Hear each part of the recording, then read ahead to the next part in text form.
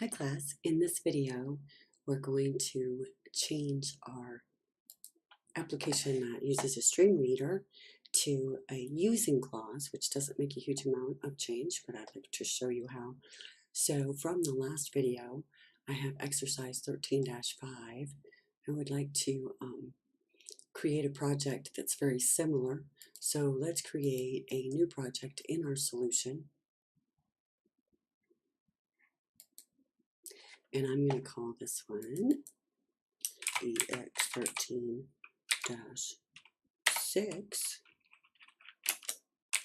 file access with using, because we're going to be using the using clause. Now in this one, I'm going to go ahead and look at 13-5 to copy some things. Before I do so, let's make some updates to some naming for form1.cs. I will make this be FRM names. And for program.cs, I'm going to make this be main using.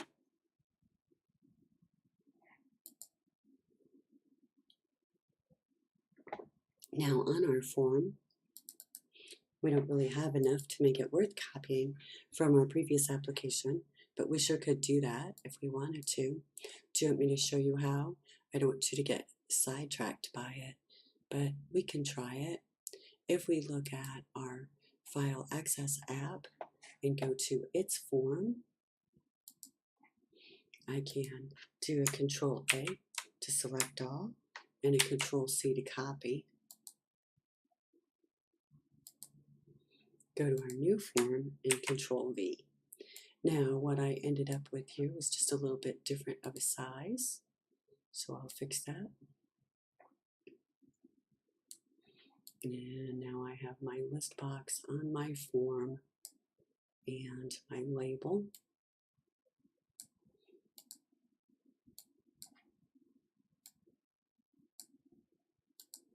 Now if you notice, I hadn't set up the defaults for our form, so let's go to our form and do that. We need to name this. It's going to be file access with using. And I want to change my font more than anything to 12, and I would like for it to be Arial.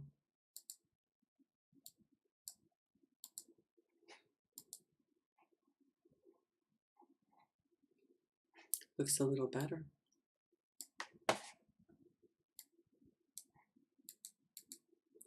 I've got not docked, but close to taking up most of the space on the form. We'll look at that real quick. Now for this application, we are going to read our text file in our form load as we did in our earlier application.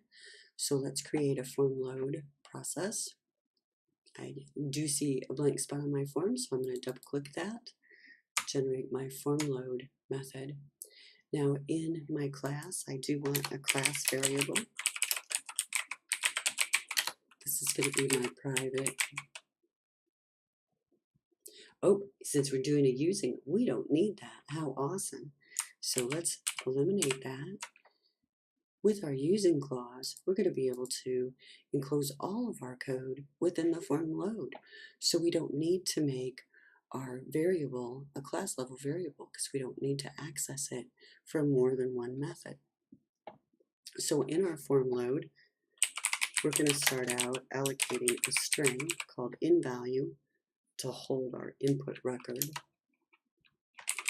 We're going to use a try method. And within our try method, we're going to use this using clause.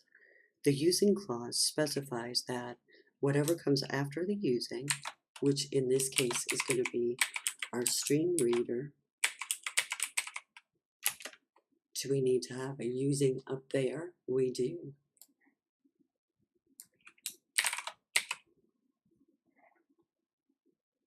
It's a little bit different of a using clause, isn't it? But using our StreamReader to create an in file,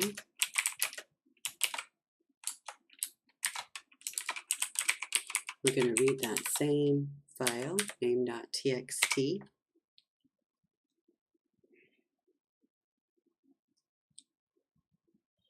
And I'm doing that incorrectly because of my using clause. I do not need a semicolon.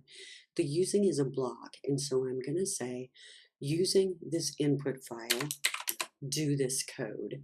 So whatever code is within my opening and closing curly braces of the using clause is using this resource, the in-file resource. So that resource will be allocated to this process, and then it will be deallocated or closed when process is complete. So let's say that our in value is going to be equal to our in file dot read line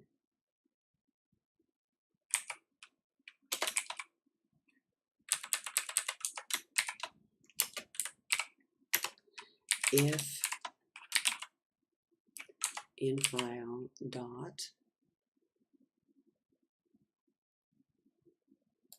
end of stream, and remember we want to say if it's not the end of stream, then let's add that to our list box.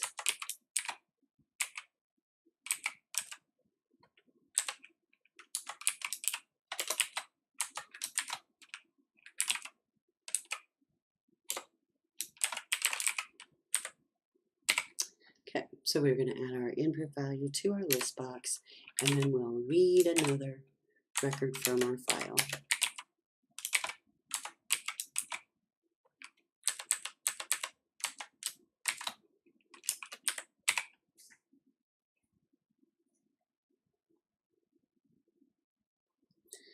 Okay, so I'm going to close this.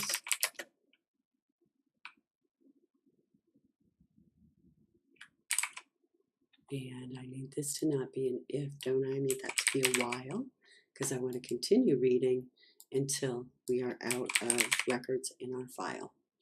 So we will open our file because the using clause is going to take care of that for us.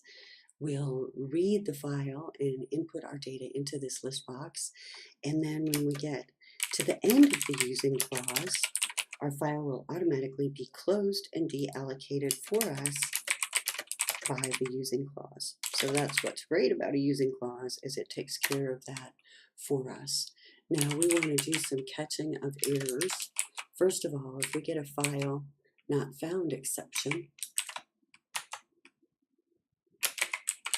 we'll catch that exception object in an instance named exc. We're going to update our messages text to say something like file not found.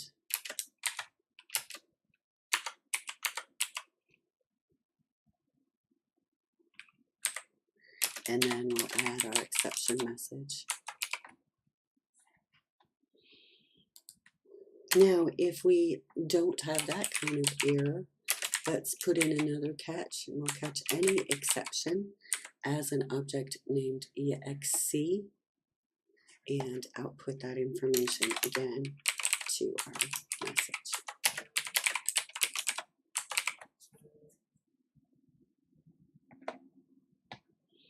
Okay, so we are good to go. Let's try this. I'm going to run it. Whoops, wrong one. I was all excited. So let me fix that. I want my new 13-6 to be my startup project. Now I'll run it. Now, this is what I was expecting. File not found. Could not find the file. And so notice here it tells us exactly where it's looking, the project folder name, and the whole 9 yards, because that exception message is giving us all that information. So let's go create a file.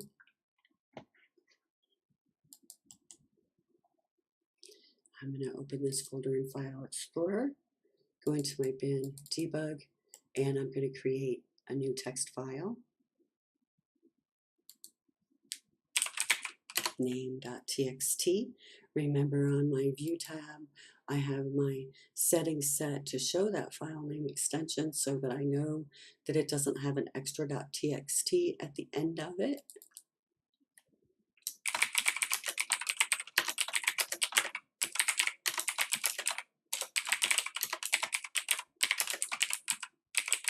There's some names. I'll save those. I do have some different names than in my previous application because I want to make sure I can tell the difference. That looks good. Am I missing one? As a test, let's make sure. I'm going to go look at my folder in File Explorer and debug my names. And I have 4. And if I look at my output, I'm only seeing 3. So somehow we're missing that last one, huh? We're adding it in. We must be getting this end of stream message before we are ready. So we'll have to do it the yucky way they do it in the textbook. Let's do that. So the way they do it in the textbook is they say, while our in value equals read line. So I'm going to copy this part.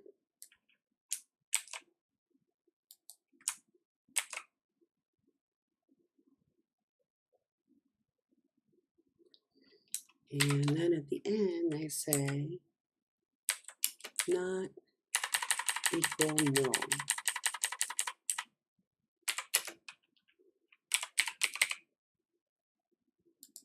While in value equals in file.readline not equal null.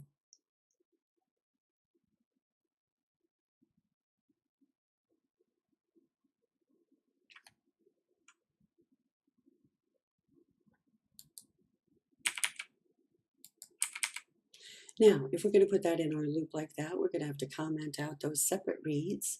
Let's try it. And sure enough, we get all 4. Well, that's a good way. What else could we try? I just don't like that syntax, do you? How about if I say while in value not equal null and leave my second easy to understand reads. Let's see if that gets all 4. So I'm doing a priming read, then I'm starting a while loop saying if my input value is not equal null, put it in the list box, read another one. Now we get all 4. So in our previous example, we would need to make that update also to fix that bug. I do see my label down here is looking not quite right. So after our while,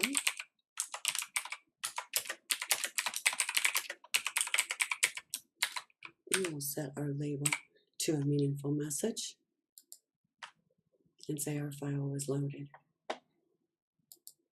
All right, so that takes care of reading from an input file using a using clause, and we tried a little bit of debugging and some other things too, just to see how things work. So thank you. Have a great day.